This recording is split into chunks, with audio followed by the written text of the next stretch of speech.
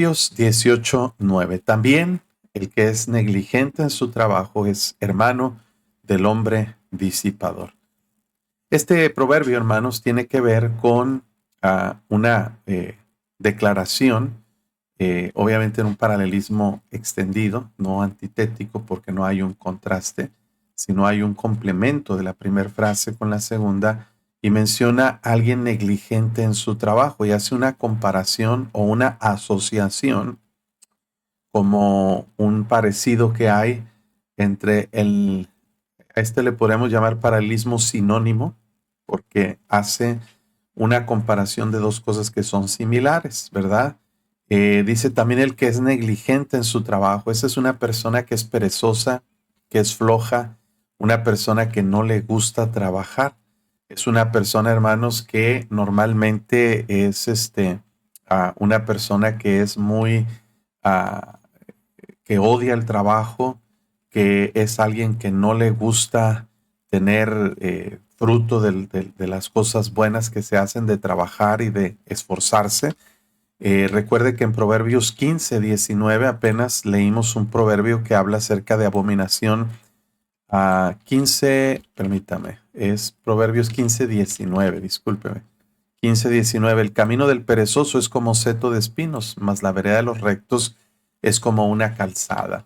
Entonces, hermanos, una persona negligente es una persona que no le gusta trabajar, una persona que es, decimos en México, dejada, una persona mediocre, que no le gusta esforzarse, no le gusta hacer las cosas bien hechas, no le gusta llegar a tiempo, no le gusta ser solícito, diligente en lo que hace, le pides algo y lo deja a medias, o si es que lo empieza, pone excusas, pone pretextos. Hay muchas características de una persona negligente, pero nos dice la palabra de Dios que el que es negligente en su trabajo, ese hermano es como parecido al hombre disipador.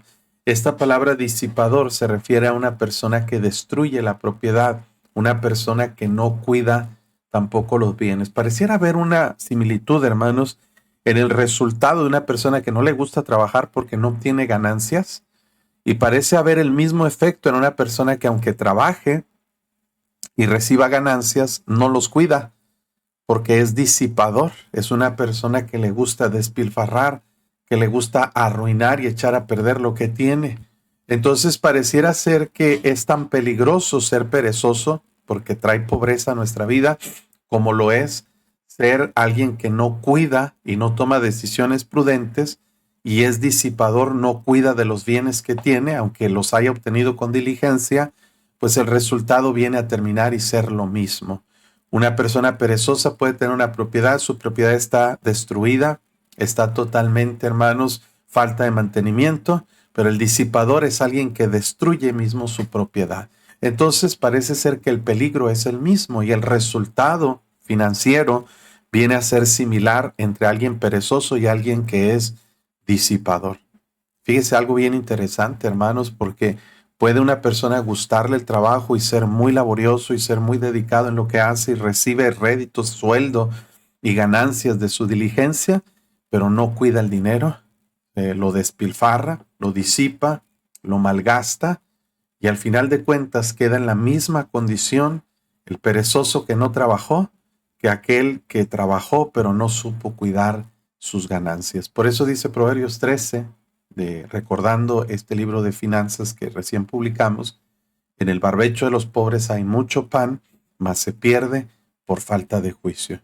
Entonces pudiera ser, hermano, que hay una relación muy cercana entre el perezoso y el disipador. Los dos tienen necesidad, los dos tienen pobreza, pero el disipador gastó más que el perezoso. Fíjese, hasta viene a ser peor. ¿Por qué? Porque gastó sus energías, su trabajo, se esforzó para obtener algo, lo recibió el sueldo, pero no lo pudo cuidar porque para el siguiente día o el mismo día que le pagaron, ya se había acabado el dinero que ganó. Fíjense, hermanos, qué interesante. El perezoso al menos pues no trabajó, no se esforzó, está en necesidad, está en pobreza, pero al menos no gastó su trabajo de manera de oquis, como nosotros decimos, como lo es el hombre disipador. Al final de cuentas, hermanos, los dos quedan en ruina, quedan en pobreza y en necesidad, y hay una estrecha relación y un resultado parecido entre el negligente en su trabajo y el hombre que es disipador. Tan importante es ser trabajador, esforzado, ser diligente en lo que hacemos, como lo es, hermanos, ser un buen administrador. Recuerde, Proverbios 10 dice la Biblia que la mano negligente empobrece, mas la mano de los diligentes enriquece. Y no solo hay que ser diligentes en trabajar, también hay que ser diligentes en cuidar las cosas que nosotros tenemos, tomar buenas decisiones financieras que conduzcan al éxito y a la buena inversión de los recursos, hermanos. Entonces, este proverbio tiene mucha sabiduría ahí contenida. Nos enseña, hermanos, que tan importante es trabajar como lo es también cuidar bien de los bienes que el Señor nos ha concedido. El versículo 10, hermanos, tiene una verdad, una declaración teológica muy profunda y muy buena para nosotros. Me encanta este versículo, yo creo que cada cristiano debería memorizarlo y tenerlo presente todos los días en su vida. Torre fuerte es el nombre de Jehová. A él correrá el justo, dice la Biblia, y será levantado. Qué tremenda declaración, hermanos. Hace una alusión al nombre de Dios como una torre fuerte. Y entienda y identifique usted, hermanos, este concepto de una torre fuerte. Fíjense, hermanos, una torre en los tiempos bíblicos era elemental, era fundamental, hermanos, para que una persona pudiera ser guardada o pudiera ser hasta cierto punto, hermanos, protegida de algún tipo de peligro o de algún tipo, hermanos, de circunstancia. Por ejemplo, una invasión. Cuando enemigos venían a invadir, hermanos, un lugar, venían a invadir, digamos, hermanos, una ciudad. ¿Qué sucedía, hermanos? Que muchas veces había muros protectores de esa ciudad y muchas veces, hermanos, esos muros ante asedios o sitios prolongados, a veces esos muros eran comprometidos. De alguna forma los muros eran derribados y eso llevaba a un peligro grande. Entonces todas las ciudades fortificadas debían tener, hermanos, al menos lo que era una torre fuerte, algo como esto que usted está observando en pantalla. Una torre, hermanos, que estuviera impenetrable, que sirviera como un refugio en un caso extremo de una invasión en la cual el ejército había llegado a sitiar la ciudad o a entrar a la ciudad, y en ese momento, hermanos, pues había vulnerada la seguridad de los ciudadanos. Entonces lo que hacía la gente era tener una torre fuerte como un refugio seguro a donde correr y resguardarse y donde ser librado de los ejércitos invasores. Entonces hay muchas diferentes maneras y diseños de lo que es una torre fuerte. En los tiempos bíblicos había torres que se podían construir a lo largo de los muros, que servían como refugios, hermanos, para que la gente pudiera correr y pudiera ser escondida de los ataques de los enemigos. Mire, aquí está algo un poquito más notable acerca de un muro, una ciudad amurallada, y en esa ciudad amurallada está construida una torre fuerte.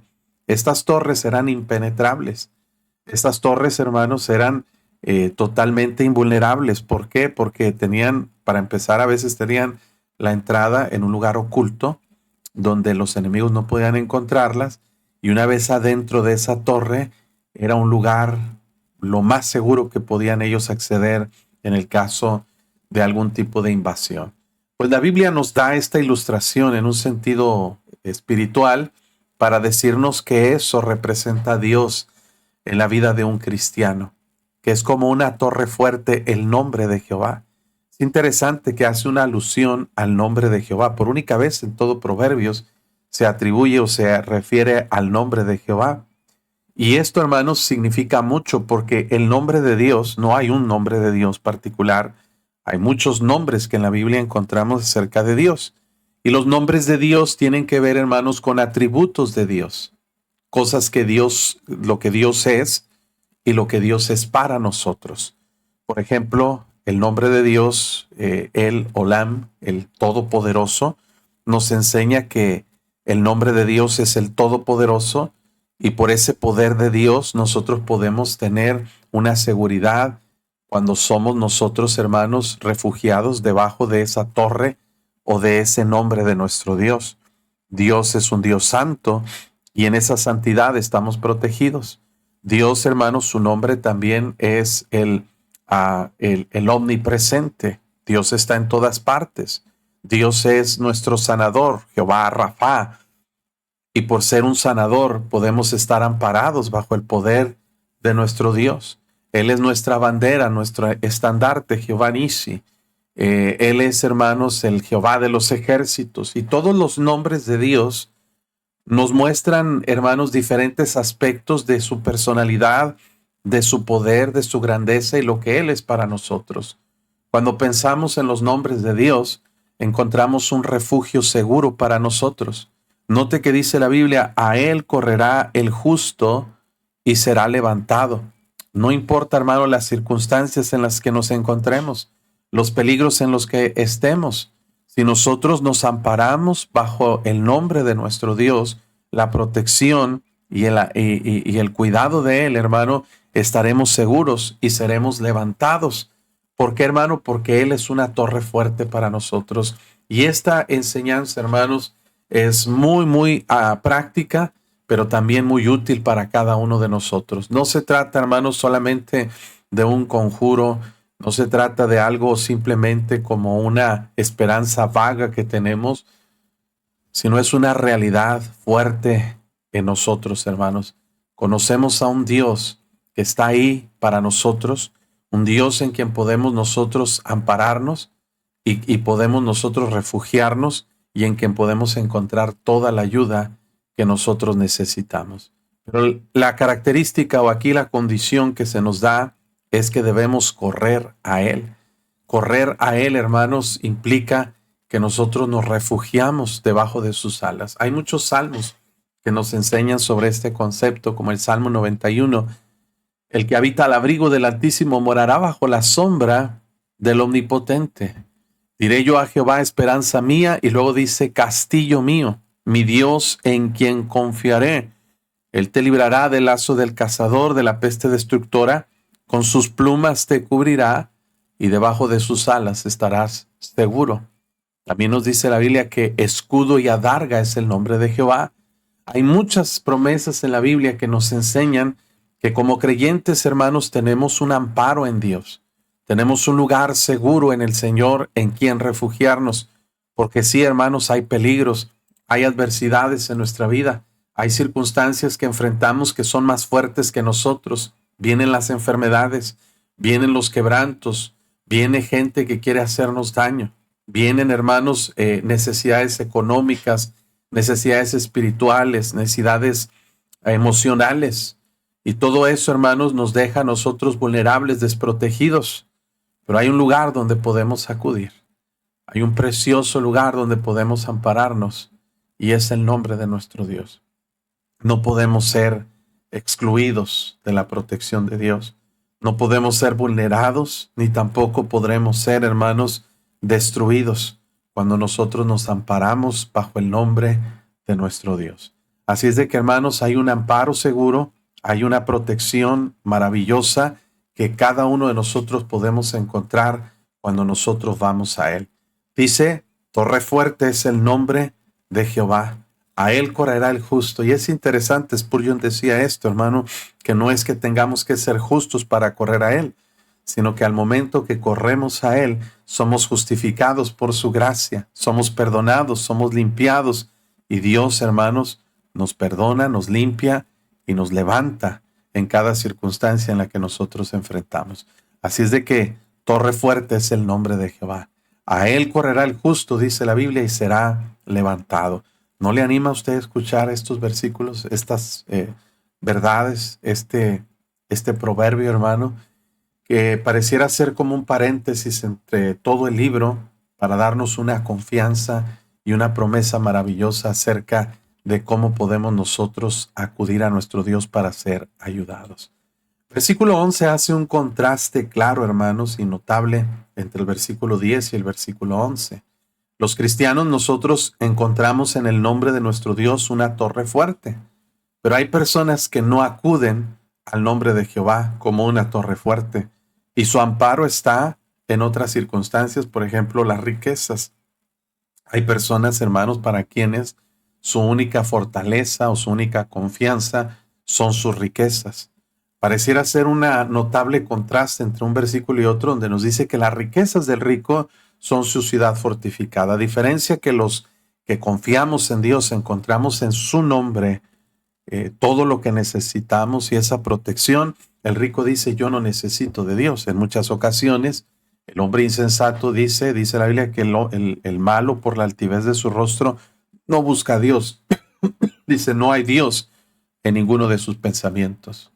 Hay personas que confían en sus riquezas, dicen, yo no necesito a Dios, yo no necesito religión, yo tengo mi trabajo, tengo mi negocio, y su ciudad fortificada o su torre fuerte son sus riquezas.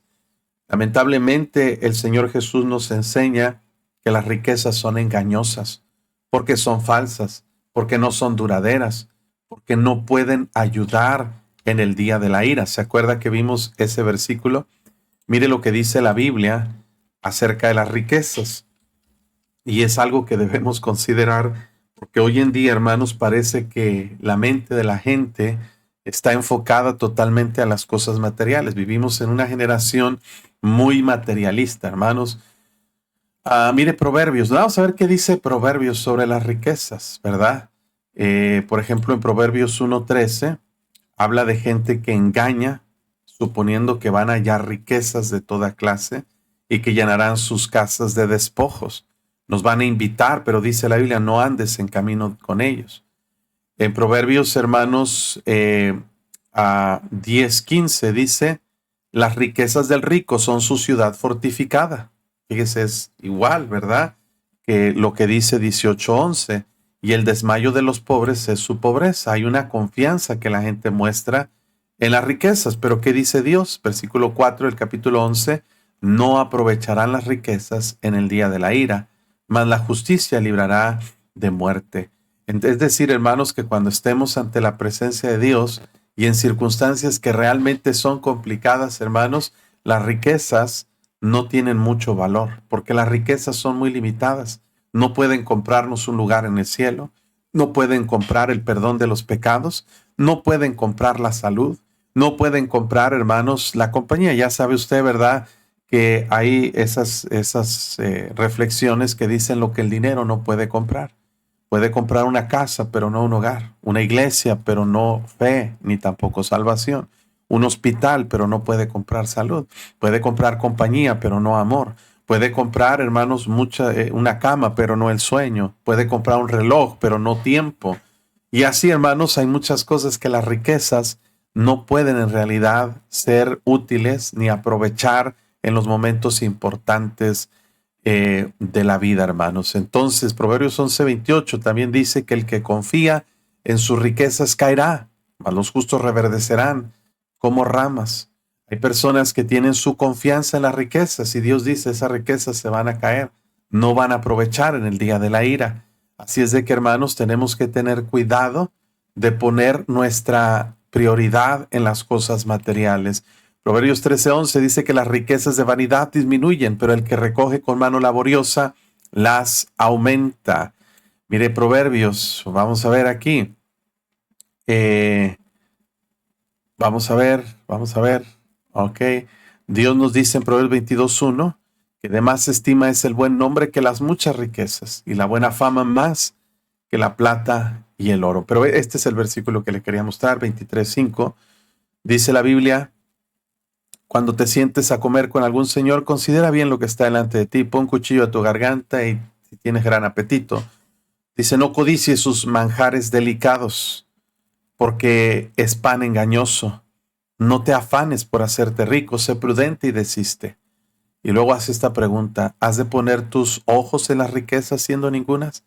Porque asarán alas como alas de águila y volarán en el cielo. Dios está diciendo, hermanos, no debe ser la prioridad de un creyente las riquezas materiales. Mire, Proverbios 27:4 dice, las riquezas no duran para siempre. ¿Y será la corona para perpetuas generaciones? Pregunta. Entonces, hermanos, debemos entender que las riquezas no son una ciudad fortificada como la gente lo piensa. piensa que por dinero pueden arreglar todas las cosas. Alguien se enferma y dice, no importa lo que cueste, cóbrenme lo que sea, pero quítenme esta enfermedad, quítenme este cáncer. Pero el dinero hasta hoy no ha podido curar enfermedades, ni ha podido salvar a nadie y no podrá hacerlo, porque dice la Biblia, hermano, que solamente poner en Dios nuestra confianza puede ser una torre fuerte para nosotros. Así es de que Proverbios 18:11 dice que las riquezas del rico son su ciudad fortificada y como un muro alto, pero dice solamente en su imaginación. No es realidad la estabilidad y la seguridad que las cosas materiales pueden brindar. Solamente es una idea, hermanos, es un concepto abstracto la riqueza. Es una falsa esperanza que se pone pensando que todo va a estar bien porque tengo dinero, pero hay cosas que el dinero no puede comprar y para las cuales no son suficientes. Mejor confiar en Dios que confiar en las riquezas. Mejor confiar en Dios que confiar en los príncipes, dice la Biblia. ¿Por qué? Porque Dios es nuestro amparo y torre fuerte es el nombre de Jehová. Dice la Biblia, a él correrá el justo y será levantado. Entonces, hermanos, es lo que nosotros necesitamos aprender, a confiar, hermanos, en Dios, no en las riquezas. Mire el Salmo 62:10. Dice, no confíes en la violencia, ni en la rapiña, no os envanezcáis. Si se aumentan las riquezas, no pongáis el corazón en ellas. No pongas tu prioridad, tu enfoque en las cosas materiales. Es mejor, hermanos, confiar en Dios. Salmo 52:7 dice, verán los justos y temerán, se reirán de él diciendo, he aquí el hombre que no puso a Dios por su fortaleza, sino que confió en la multitud de sus riquezas, se mantuvo en su maldad. Así es de que, hermanos, no debemos confiar en las riquezas. No debemos confiar en las cosas materiales. Debemos confiar mucho más en nuestro Dios. ¿Ok? Muy bien. Entonces, vamos adelante en Proverbios capítulo 18, versículo 12. Dice, antes del quebrantamiento se eleva el corazón del hombre y antes de la honra es el abatimiento. Muchas veces se menciona este concepto, hermanos, del contraste y el resultado que hay entre la soberbia y la humildad, tanto en Proverbios como en toda la Biblia. Dice la Biblia que antes de la caída es la soberbia y antes, también lo dice en varias ocasiones, ¿verdad? Mire aquí en Proverbios 16:18, antes del quebrantamiento es la soberbia y antes de la caída la altivez de espíritu. Varias veces, hermanos, se nos dice en la Biblia que la soberbia trae quebrantamiento. Trae, hermanos, el enojo de parte de Dios. Dice la Biblia que Dios resiste a los soberbios. Esta palabra quiere decir que Dios se enoja, pelea contra ellos y Dios se encarga de que esas personas sean abatidas, sean quebrantadas. Entonces, hermano, una condición muy peligrosa para un creyente, para cualquier persona, es dejar que nuestro corazón se eleve, que nuestro corazón se sienta superior a los demás. Dice la Biblia que 6 cosas aborrece Jehová y aun 7 abominan su alma, y la primera en la lista son los ojos altivos. La arrogancia, hermanos, la insensatez de una persona es alguien que se cree superior, que se cree muy importante, alguien que le gusta tener el primer lugar. Dios dice, antes de la honra es el abatimiento. Una persona, hermanos, que quiere realmente trascender o crecer ante los ojos de Dios, debe aprender a ser humilde. Fíjese lo que dice la palabra de Dios, que debemos aprender a hacer. Santiago 4:10 dice la Biblia, humillaos delante del Señor y Él os exaltará. Primera de Pedro 5:6, humillaos pues bajo la mano poderosa mano de Dios, para que Él os exalte cuando fuere tiempo. Hay una parábola, una historia que el Señor Jesús da en Lucas, hermanos. En Lucas capítulo 14, bueno, también la menciona en Lucas 18, discúlpeme. Lucas 18 nos dice la Biblia que 2 hombres subieron al templo a orar. Pero note el contexto de la parábola. A unos que confiaban en sí mismos como justos y menospreciaban a otros, dijo esta parábola Jesús. Dos hombres subieron al templo a orar. Uno era fariseo, el otro publicano. El fariseo religioso, puesto en pie, oraba consigo mismo de esta manera. Note su oración. Dice consigo mismo. No dice que oraba con Dios, oraba consigo, pero decía: Dios, te doy gracias que no soy como los otros hombres, ladrones, injustos, adúlteros, ni aun como este publicano. Te doy gracias que yo no soy como ellos. Ayuno 2 veces por semana, doy diezmos de todo lo que gano. Mas el publicano estaba lejos, no quería ni aún alzar los ojos al cielo, sino que se golpeaba el pecho diciendo: Señor, sé propicio a mí. Dice que soy pecador, ¿verdad? Mi pecador. Os digo que éste descendió a su casa justificado antes que el otro, el publicano antes que el fariseo, porque cualquiera que se enaltece será humillado y el que se humilla será enaltecido. Esta parábola nos enseña, hermanos, cómo Dios ve a una persona que se siente muy buena, que se siente mejor que los demás, quizá porque profesa una religión, quizá porque practica ciertas cosas o rituales, pero Dios dice, eso no nos va a nosotros a ser mejores que los demás. También Jesús dijo en Lucas que había unas personas que escogían los primeros asientos en la mesa y refirió a los convidados una parábola diciéndoles: cuando fueres convidado por alguno a bodas, no te sientes en el primer lugar, no sea que otro más distinguido que tú, dice, esté convidado por él. Y viniendo el que te convidó a ti y a él, te diga: da lugar a este, y entonces comiences con vergüenza a ocupar el último lugar. Mas cuando fueres convidado, ve, siéntate en el último lugar, para que cuando venga el que te convidó, te diga: amigo, sube más arriba.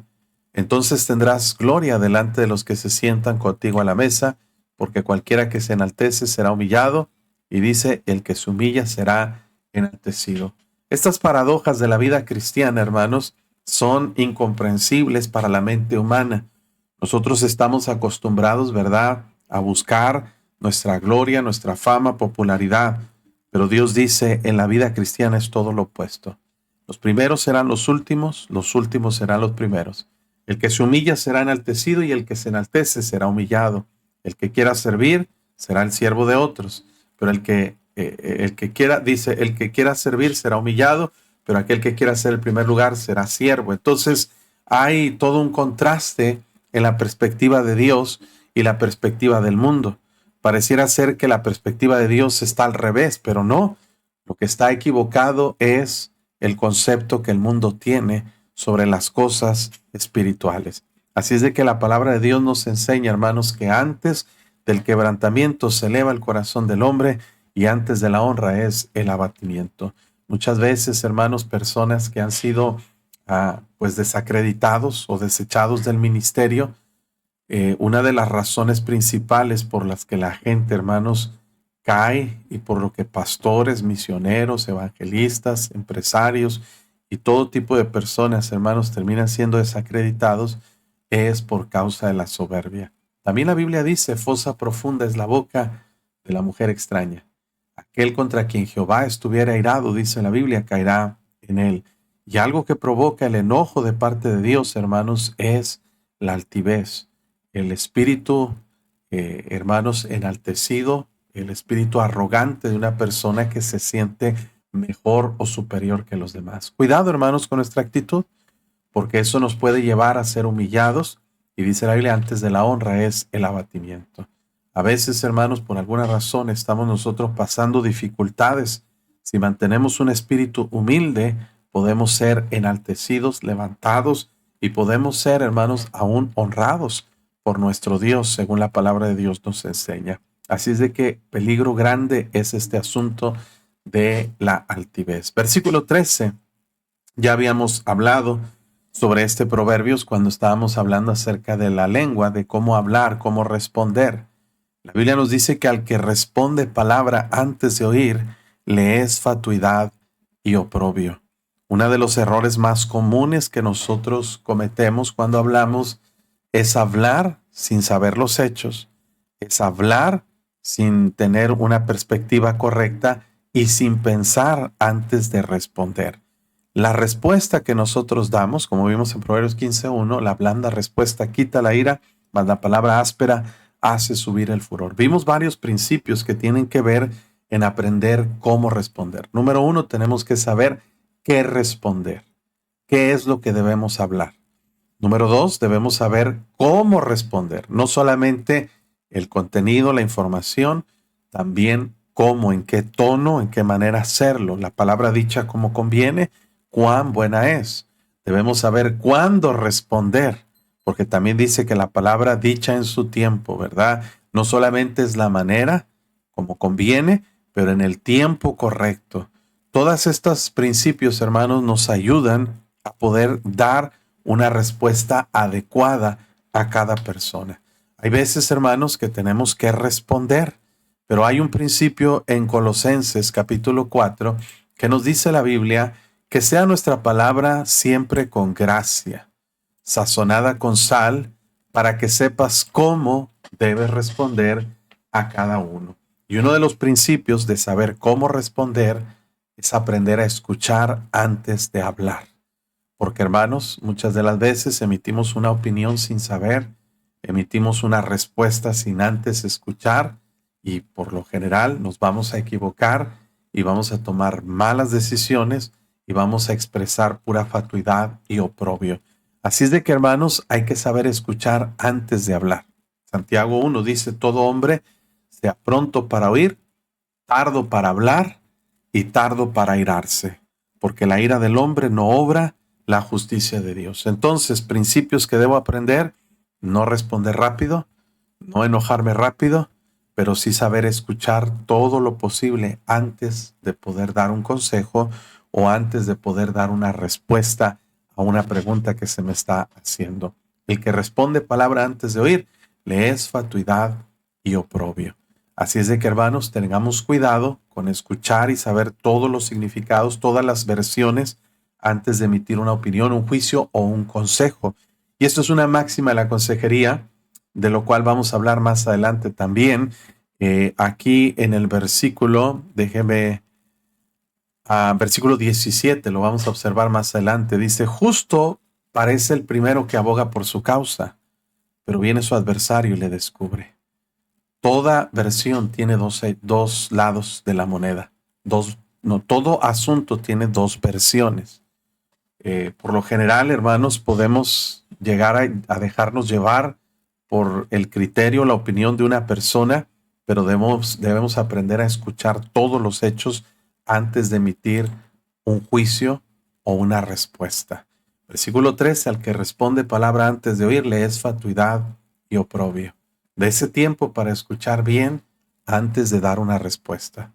Podemos cometer muchos errores y dañar, inclusive lastimar a otros si no tenemos cuidado con eso. Versículo 14, Proverbios 18:14, el ánimo del hombre soportará su enfermedad, mas ¿quién soportará el ánimo angustiado? Pregunta. Bueno, esto también, hermanos, entra en esta categoría de un paralelismo extendido, la figura literaria utilizada aquí. El ánimo del hombre soportará su enfermedad. Está esto comprobado científicamente, hermanos, que el estado de ánimo de una persona influye directamente en su salud. Ya les había dado estudios y había leído inclusive algunos artículos que son publicados con relación a esta información. Estudios han revelado, hermanos, que los pensamientos y el estado de ánimo de una persona influyen directamente en su salud, para bien o para mal.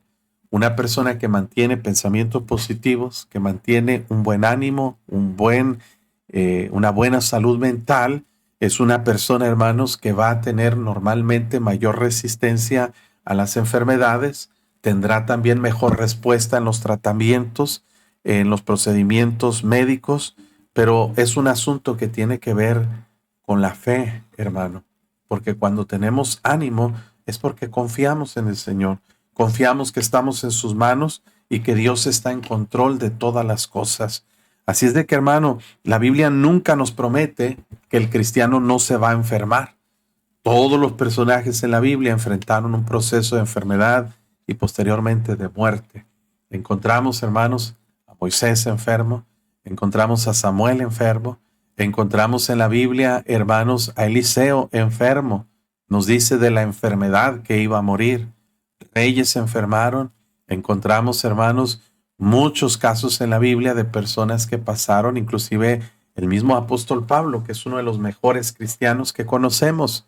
Dice que él tenía un aguijón en su carne. Creemos que era una enfermedad física y que él le rogó al Señor que lo quitara de él. Y Dios le respondió, bástate mi gracia, porque mi poder se perfecciona en la debilidad. Entonces, hermanos, Pablo entendió que Dios le estaba diciendo que su enfermedad no iba a ser quitada, pero podía ser soportada, porque Dios le dijo, bástate mi gracia. Dios no quitó la enfermedad, pero le dio gracia, le dio la fuerza que necesitaba Pablo para enfrentar ese proceso doloroso de la enfermedad que él tenía que padecer. Lo describe como un aguijón en su carne, como un mensajero de Satanás que lo abofeteaba para que la grandeza de las revelaciones no le exaltase desmedidamente. Así es de que, hermanos, tal vez nosotros no podemos tener la garantía de que nunca nos vamos a enfermar o de que todas nuestras enfermedades van a ser sanadas. Nunca Dios promete eso. Pero sí promete, hermanos, darnos la fuerza para soportar, darnos su gracia para enfrentar ese proceso y darnos el ánimo que necesitamos para soportar la enfermedad.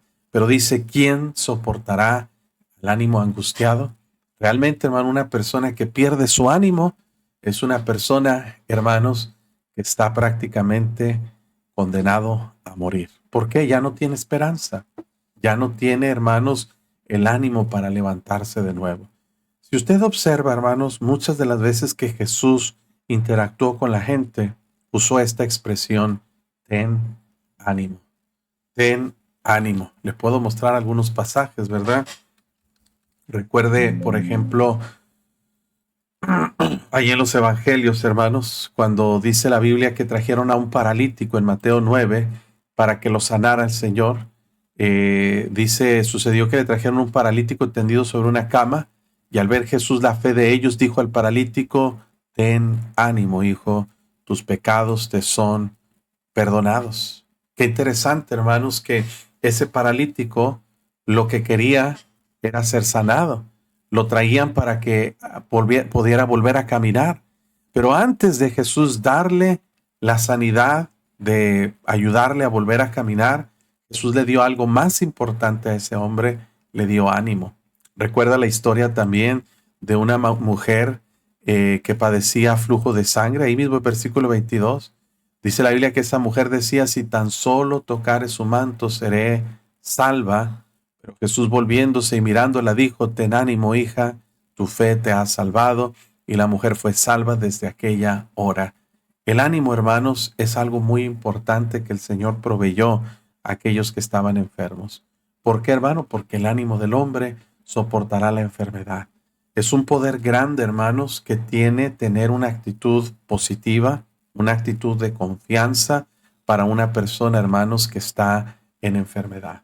Lo que necesita esa persona no es crítica, no es acusaciones como los amigos de Job, lo que necesita es ánimo.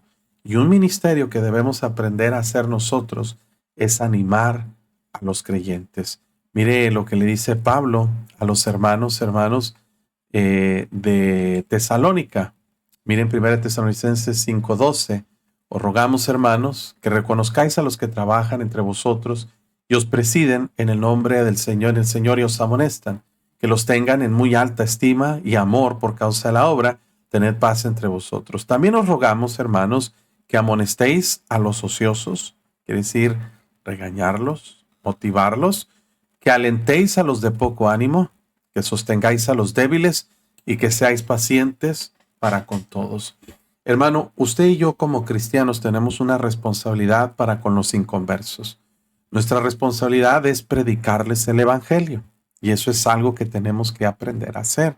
Darles un folleto, hablarles de Cristo, tratar de traerlos a arrepentirse, a poner su fe en Cristo. Pero con la gente de la iglesia tenemos otra responsabilidad y la responsabilidad es alentar a los de poco ánimo. Tenemos que aprender este ministerio de animar a otros hermanos. ¿Por qué, hermano? Porque el ánimo se cansa. Dice la Biblia en Hebreos 12:3, considerad aquel que sufrió tal contradicción de pecadores contra sí mismo para que vuestro ánimo no se canse, note que dice, hasta desmayar. A veces, hermanos, por situaciones que una persona enfrenta continuamente, su ánimo se cansa. Por la enfermedad, el ánimo de alguien se puede cansar. Por las pruebas, los sufrimientos, una persona puede desanimarse. Y hermanos, cuando el ánimo se cansa, esa es la fuerza espiritual que una persona tiene para seguir adelante. Cuando el ánimo de una persona está cansado, está en grave peligro de ser destruido por el enemigo, por Satanás. Hay una historia en la Biblia, hermanos, donde dice la Biblia que David estaba peleando una batalla y luego nos dice que David se cansó. Fíjense, hermanos, me llama mucho la atención esta historia.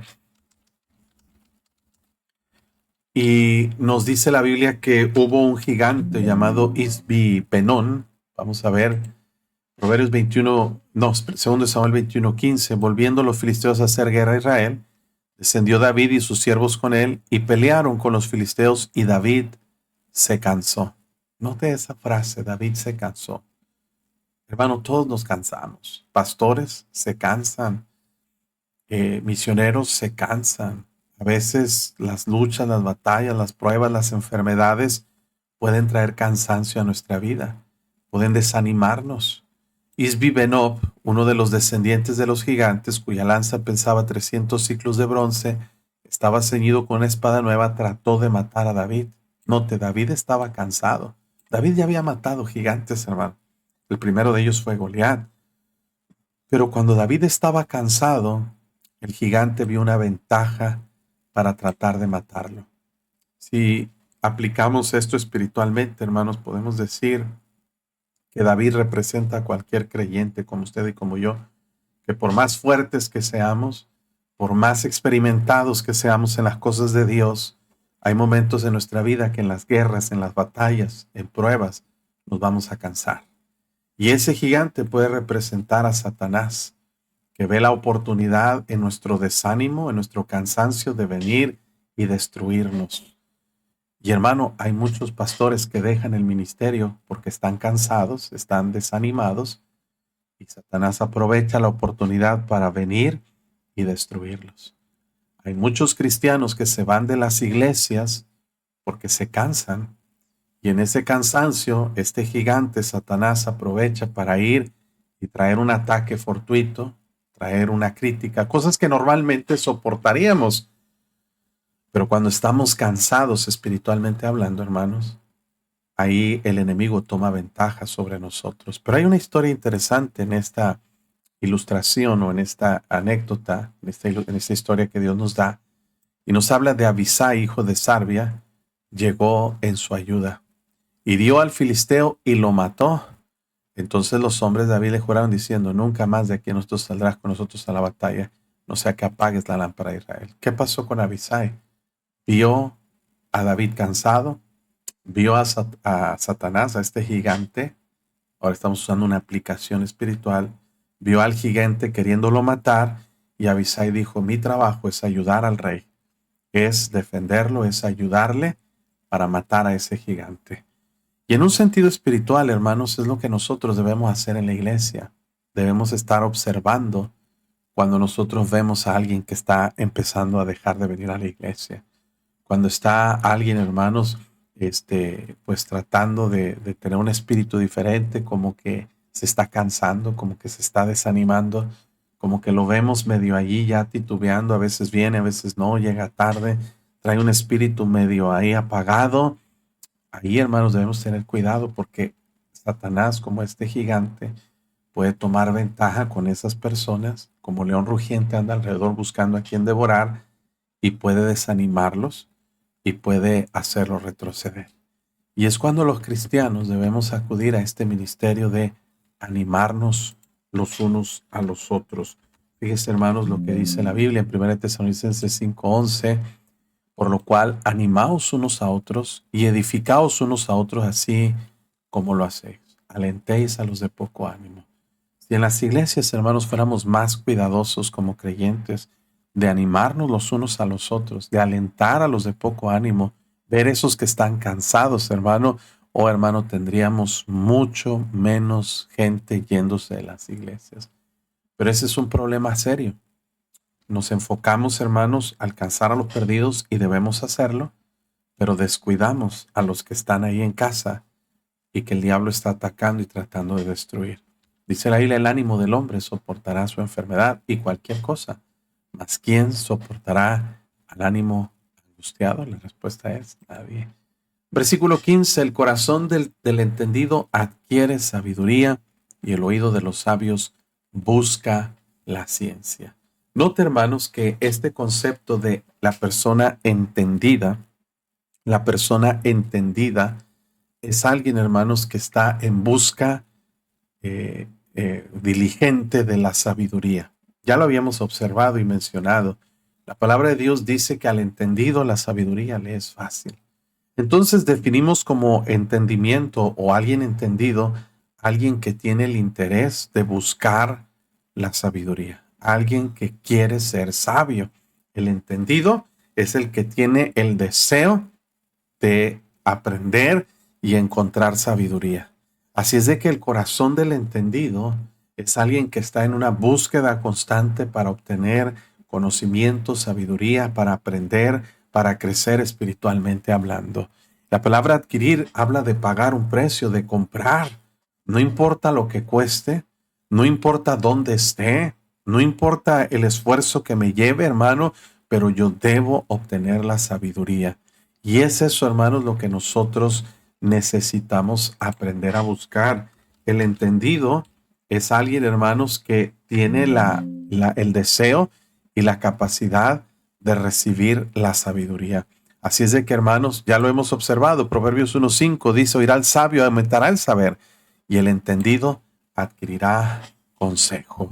Una persona entendida es una persona que es perspicaz, tiene la capacidad y el interés de saber que la sabiduría es lo más importante en su vida.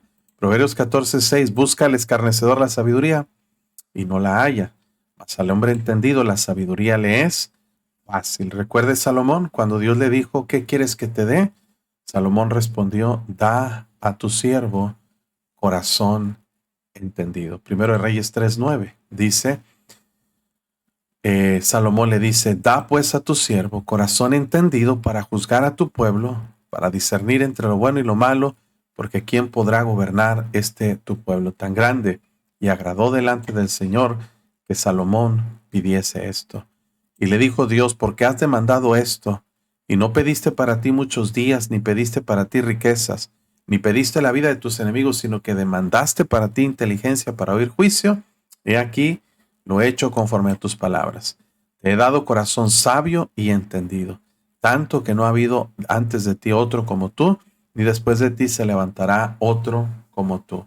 Y aún también te he dado las cosas que no pediste, riquezas y gloria, de tal manera que entre los reyes ninguno haya como tú en todos tus días. Dios está diciendo, ahí está la clave.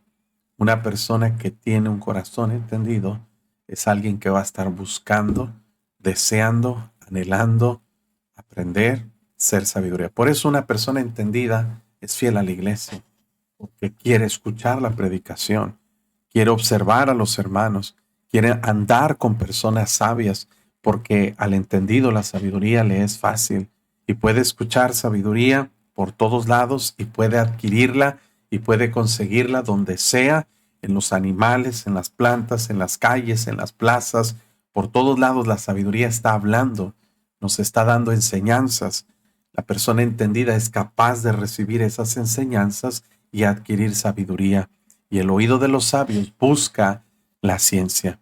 El oído insensato busca los chismes. Ahora cuéntame un chisme, cuéntame un chiste.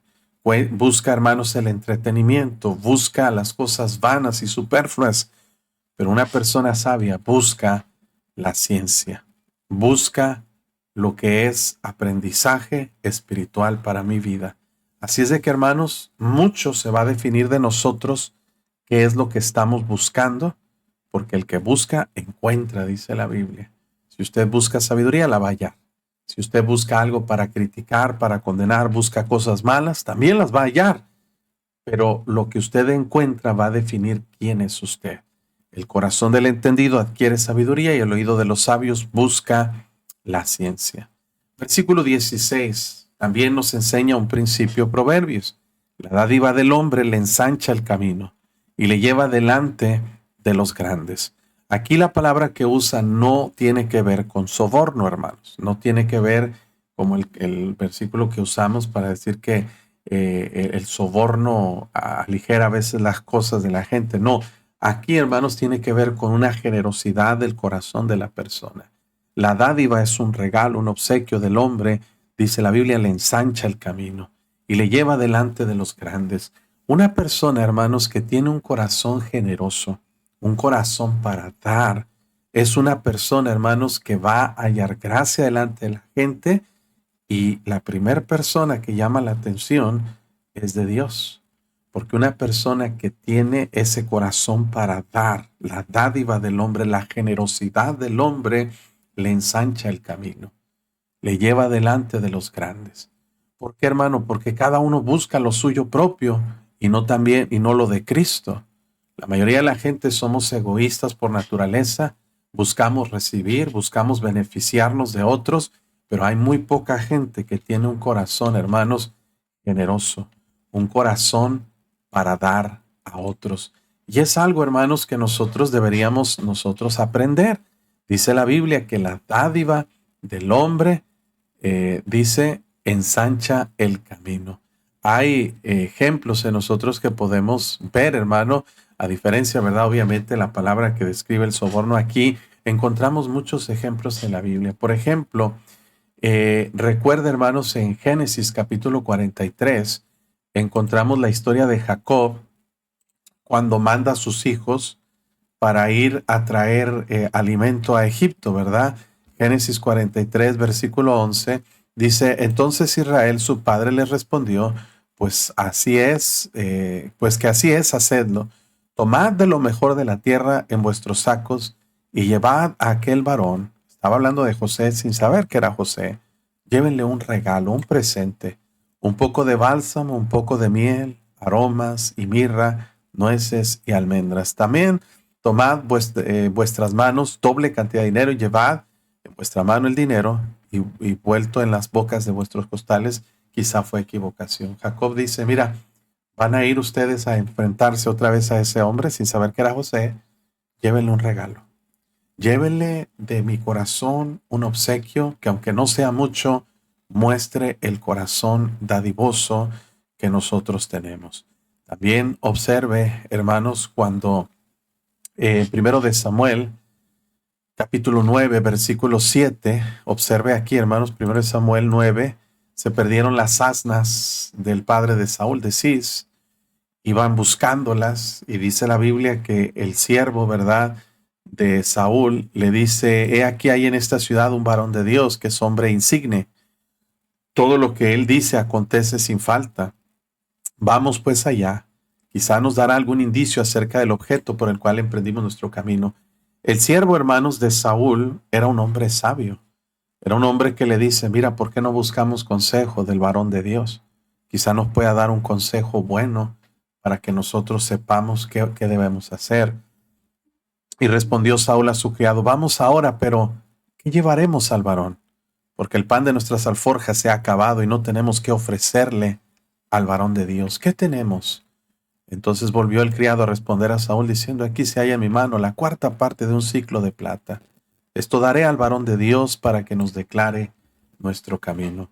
No es que el varón de Dios cobrara, no es que tenían que pagarle, pero hermanos, el corazón de una persona generosa ensancha su camino, le hace hallar gracia, le hace, hermanos, ser una persona considerada. Y mire, es algo que se usaba mucho y le estoy mostrando bíblicamente que se usaba en la cultura hebrea. Y es algo que Dios veía con atención. ¿Por qué? Porque lo menciona la Biblia. ¿Por qué Dios nos diría eso si no fuera importante? Mire, por ejemplo, hermanos, en 1 de Samuel 17, el papá de David, 1 de Samuel 17, El papá de David en versículo 18, note aquí, dice 1 Samuel 17, 18, aquí estamos. Bueno, versículo 17, y dijo Isaías a David, su hijo, toma ahora para tus hermanos un efa de este grano tostado y estos 10 panes y llévalo pronto al campamento a tus hermanos. Ahora, esto no era una obligación, pero Isaí dice, y estos 10 quesos de leche los llevarás al jefe de los 1000. Y mira si tus hermanos están buenos y toma prendas de ellos. No, hermanos, no era un requisito, no era una obligación, pero era una costumbre habituada que una persona, hermanos, que era en una posición de autoridad, de liderazgo espiritual o de la realeza, o cualquier cosa, hermanos, se le traía un presente y eso ensanchaba el camino de las personas para venir. Mire, ¿se acuerda la reina de Sabá? Trajo muchos presentes a Salomón y la Biblia nos registra la visita de ella por los presentes que traía. Génesis 32, 20, nota, hermanos, que cuando nos menciona el caso, cuando Jacob regresa a su tierra después de 20 años, su hermano Esaú había prometido matarle. Y cuando supo que venía Jacob, salió Esaú con 400 hombres para recibirle, es decir, para matarlo. Pero recuerda Jacob qué hizo, hermanos, mandó comitivas, ¿verdad?, de regalos delante de él. ¿Para qué? Para apaciguar su ira. Fíjense, hermanos, mire Génesis 32, vamos a verlo. Y versículo 20, 32, 20. Dice, bueno, vamos a ver de aquí. Vamos a ver. Ok. Está Jacob orando a Dios, líbrame de la mano de mi hermano, de Esaú, porque le temo.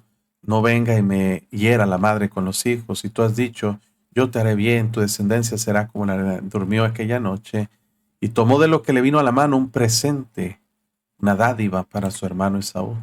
200 cabras, 20 machos cabríos, 200 ovejas, 20 carneros, 30 camellas paridas con sus crías, 40 vacas y 10 novillos, 20 asnas y 10 borricos, y lo entregó a sus siervos, cada manada por sí, y dijo a sus siervos, pasad delante de mí, poned espacio entre manada y manada. Y mandó el primero diciendo, si Esaú mi hermano te encontrare y te preguntare diciendo, ¿de quién eres y a dónde vas? ¿Y para quién es esto que llevas delante de ti? Dirás, es un presente de tu siervo Jacob que envía a mi señor Esaú. He aquí también él viene tras nosotros. Mandó también al segundo y al tercero, y todos los que iban tras aquellas manadas, diciendo, conforme a esto hablaréis a Esaú cuando le hallares.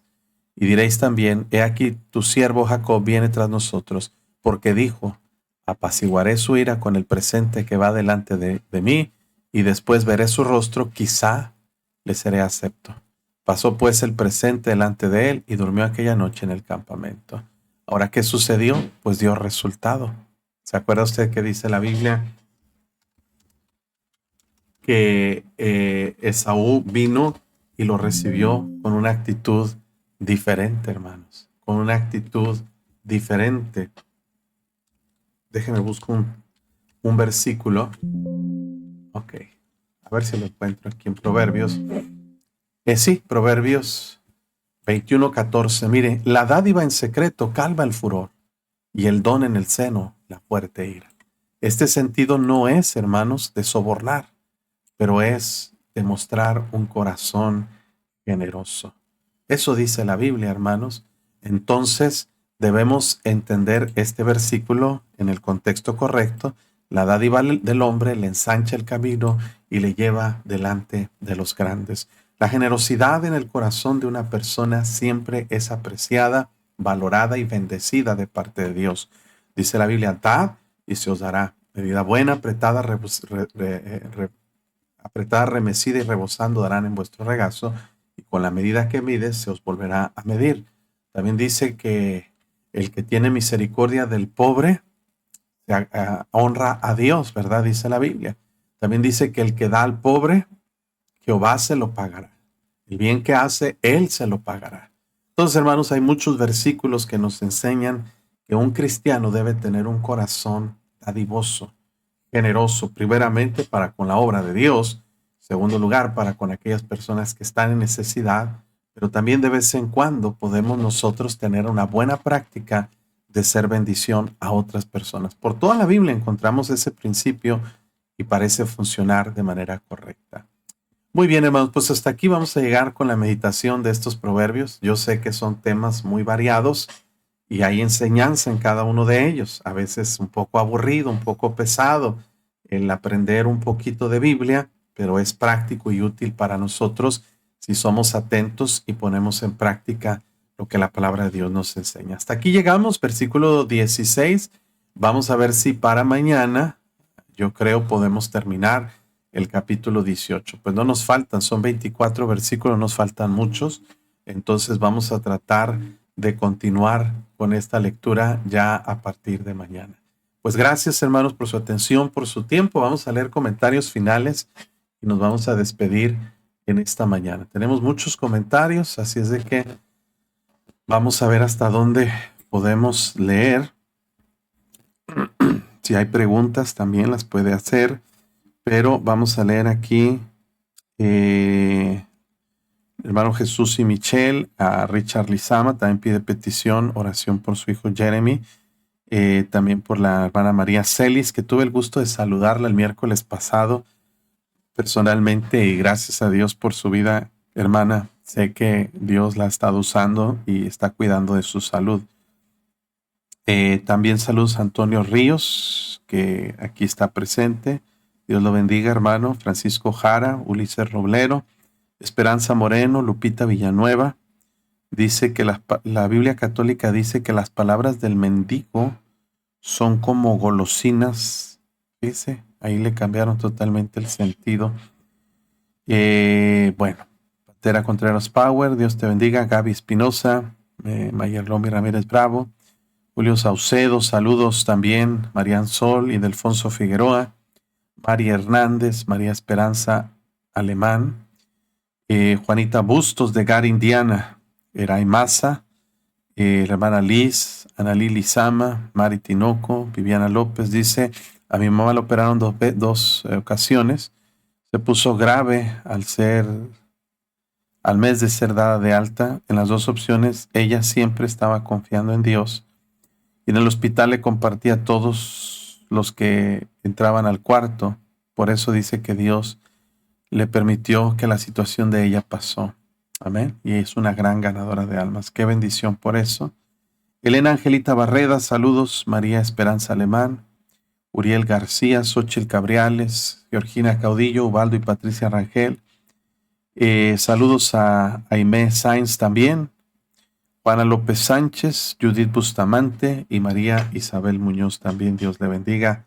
Saludamos por acá también a George Hernández, Eulalia García, Maricruz Hernández, Leonel y Elizabeth Guevara Cornejo, Teresa León, mi hermana Norma Chimal, que hoy está presente, qué bueno verla, José Ángel Granados también, Guadalupe Lara, Nena García, Rosy López, Marichuy Cortés. Gracias a Dios por todos ustedes que están presentes y siguiendo la transmisión por YouTube también. Bueno, una buena cantidad de hermanos. Ana Blanca Sida, Reina Rodríguez.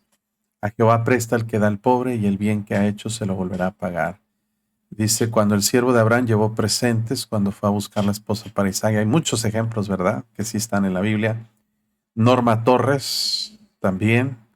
Comprobado, el estado de ánimo influye en la salud, absolutamente. Sigma, Diana de Mena, Hilda Figueroa, Hugo Martínez también, Inalesio Pompa, Erika Barahona, Marta Torres. Saludos a la hermana Gloria Landeros y gracias a Dios por todos ustedes que están presentes. Vamos a despedirnos con un canto, hermanos.